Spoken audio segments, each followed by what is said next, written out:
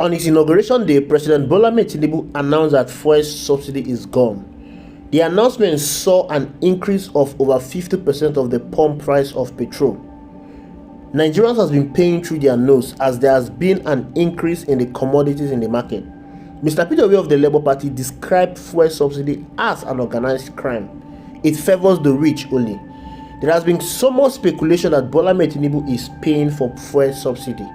Is this legal? Because fuel subsidy is not included in the budget.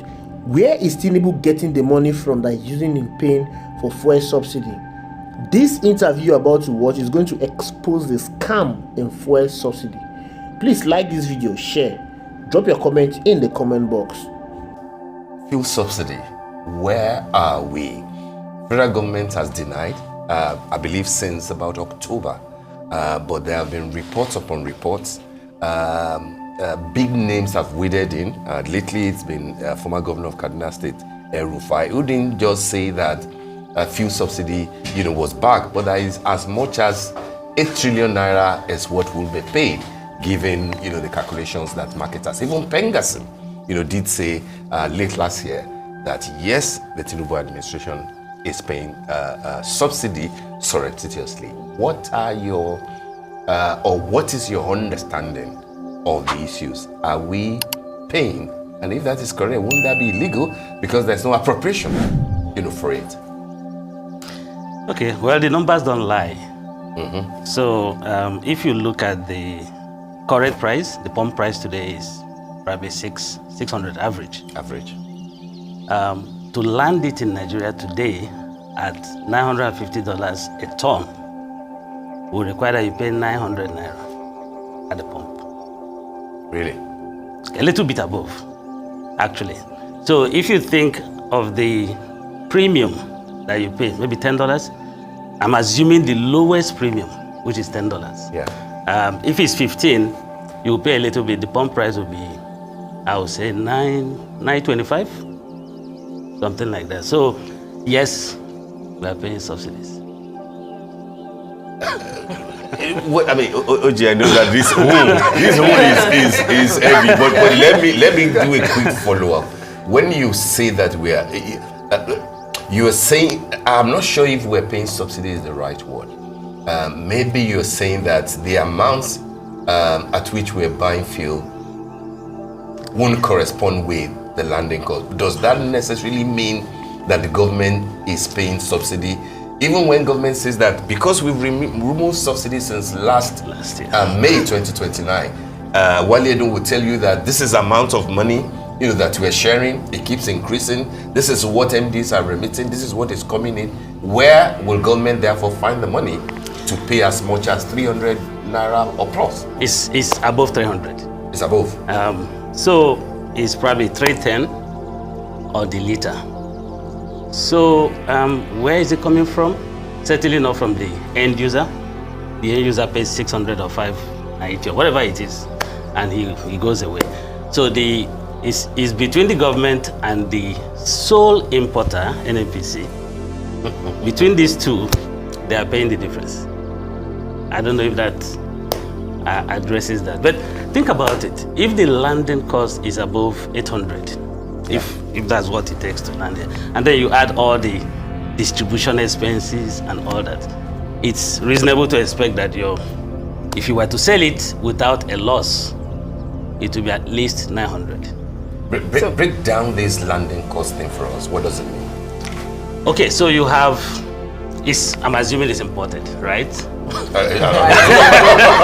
the refinery? So I'm assuming it's imported. So if it's imported, there's the plat quote for it. Currently it's about $950 per ton, $950. And of course you add the margin and all that, cost, insurance and freight, right? Yes. That's your landing cost. It comes in, you have to transfer it to a tank farm. There's a cost associated with that. So by the time it's leaving the depot, that's what we call the landing right there, right? Yeah. And then you add all the other expenses, trucking, the filling station owner has to have a margin and all that, financing cost. So you have to build all that into it. So at today's price, we should be paying at least 908, 910 at today's per liter of petrol. Think about it. Ghana is doing equivalent of about 1,200 currently. 1,200. Yes, naira. On price. On price.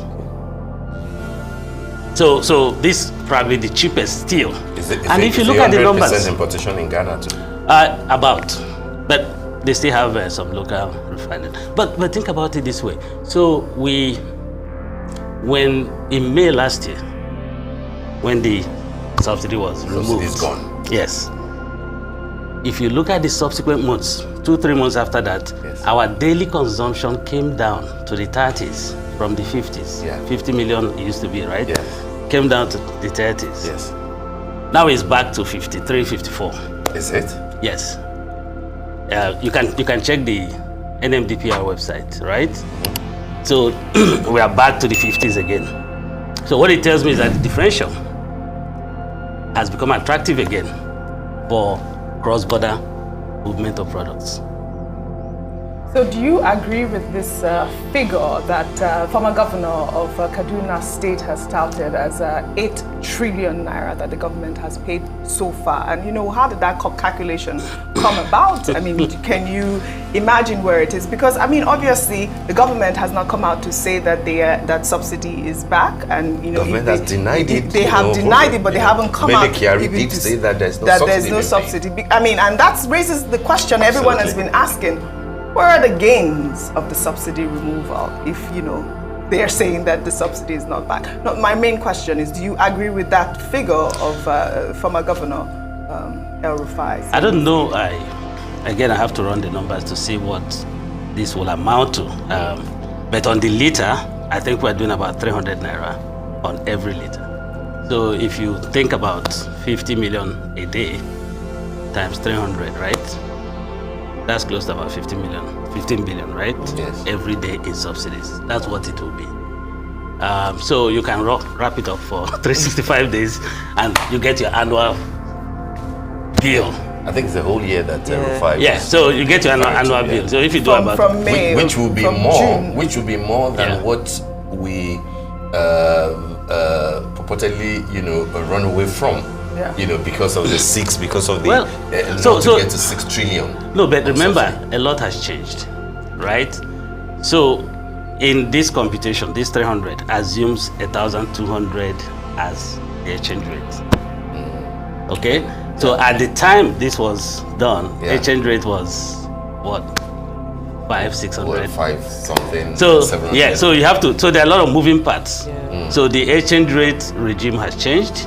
It has to be accounted for. The price of crude is been going north. Is 87 thereabout. So you have to that brings a difference. Yeah. So a lot has changed. Okay, subsidy is gone. Long live for subsidy. As the former president of the Nigerian Society of Petroleum Engineers, what factors do you believe are contributing to this confusing and conflicting narrative about fuel subsidy, the narrative around it? What do you think under this current administration, why can't we still get a clear picture of what is going on? Well, I think it depends on where you sit. I think a lot of people have clear pictures of what's going on.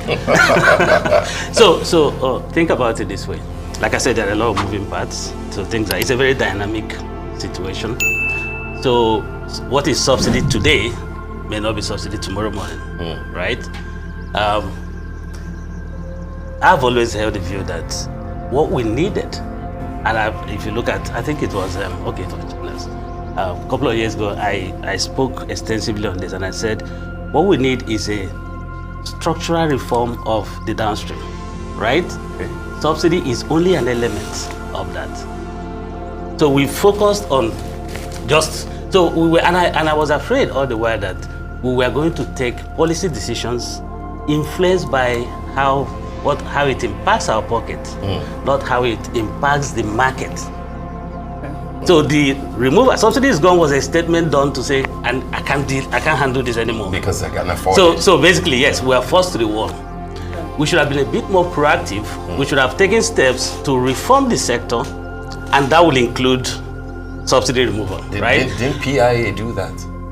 Well, the PIA as a document, simply Section 205 says, well, prices of products will be priced competitively. That's all it says, right? How you get there is a journey. So, and I'll highlight a few issues. One is supply. Yeah. You cannot have a single supplier market left to market forces where prices are left. So I've always said this, that if you're going to deal with the subsidy issue, you need to diversify supply. So you have to have competition, right? So if you have a single importer supplying the market and you say you're leaving prices, so the inefficiencies of that single importer will be transferred to the consumer. Does that make sense? So that's what you want to avoid. So my view is that we needed a total reform, and I was always saying that we needed a plan that takes us from where we were to that point. Now, because we didn't have a plan, I sincerely believe that we were forced to take this policy step because we were basically unable to fund it. Well, what that has shown, and I think that's the government realized maybe too late, that this part was not going to take them to, so they basically stopped. So you started it, and then you realized the pain was going to be too much, and then you basically stopped and said, wait a minute. Let me play devil's advocate, and answer the guess as to why the government will deny paying subsidy. Maybe they're not paying subsidy.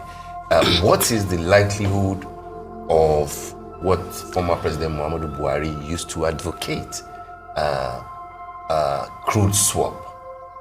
Is it possible that we're exchanging crude for refined product with those who are supplying us, and therefore the amount, the differential that you think will have gone to the consumer is actually not a factor in what we are importing, because we are to a large extent swapping crude with the refiners?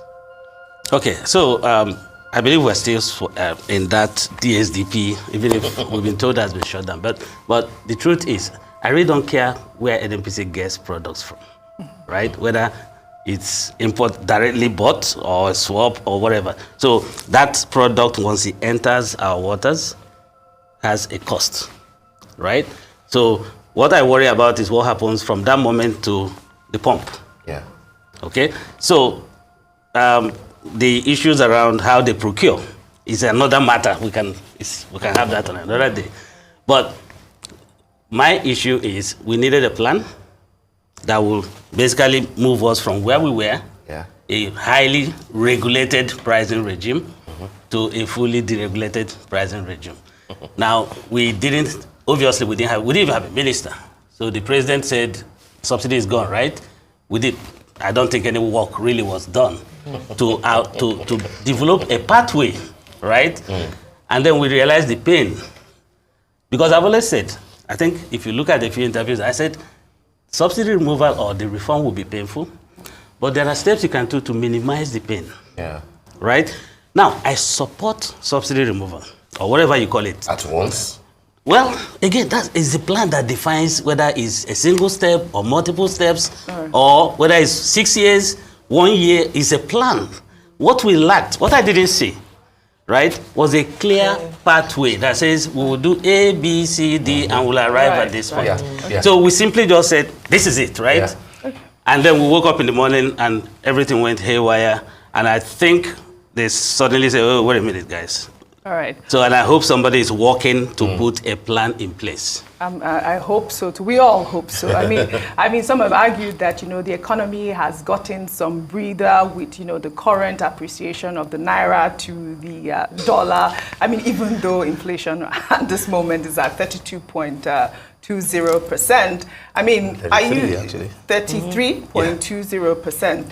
I mean, are you optimistic about economic recovery? I mean, only last week, the Aliko Dangote slashed diesel prices and all of that. What do you think? Are you optimistic about economic recovery, and do you think that the economy has gotten some breather at this moment? Well, it's tough. A year ago, right? It's tough to, we can feel some relief, yeah, but think about it. A year ago, we were not in this place. Things were a lot different.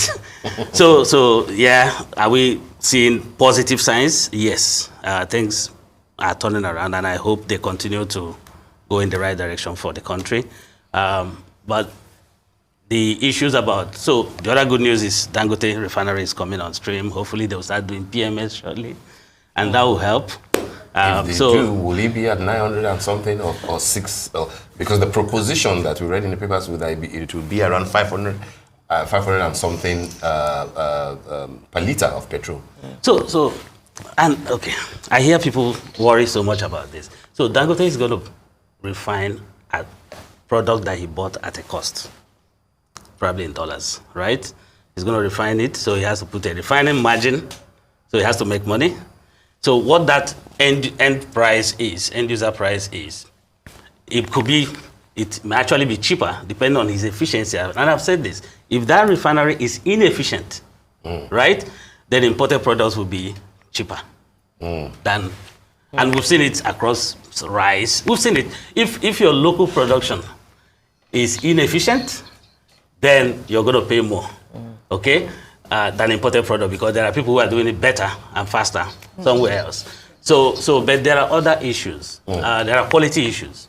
For instance, the diesel that he's selling at 1,000 thereabout. So that, I've seen comments that, was the sulfur content. Yeah. So there are serious issues around it, because I hear he had an exception from the regulator to be able to sell high sulfur diesel.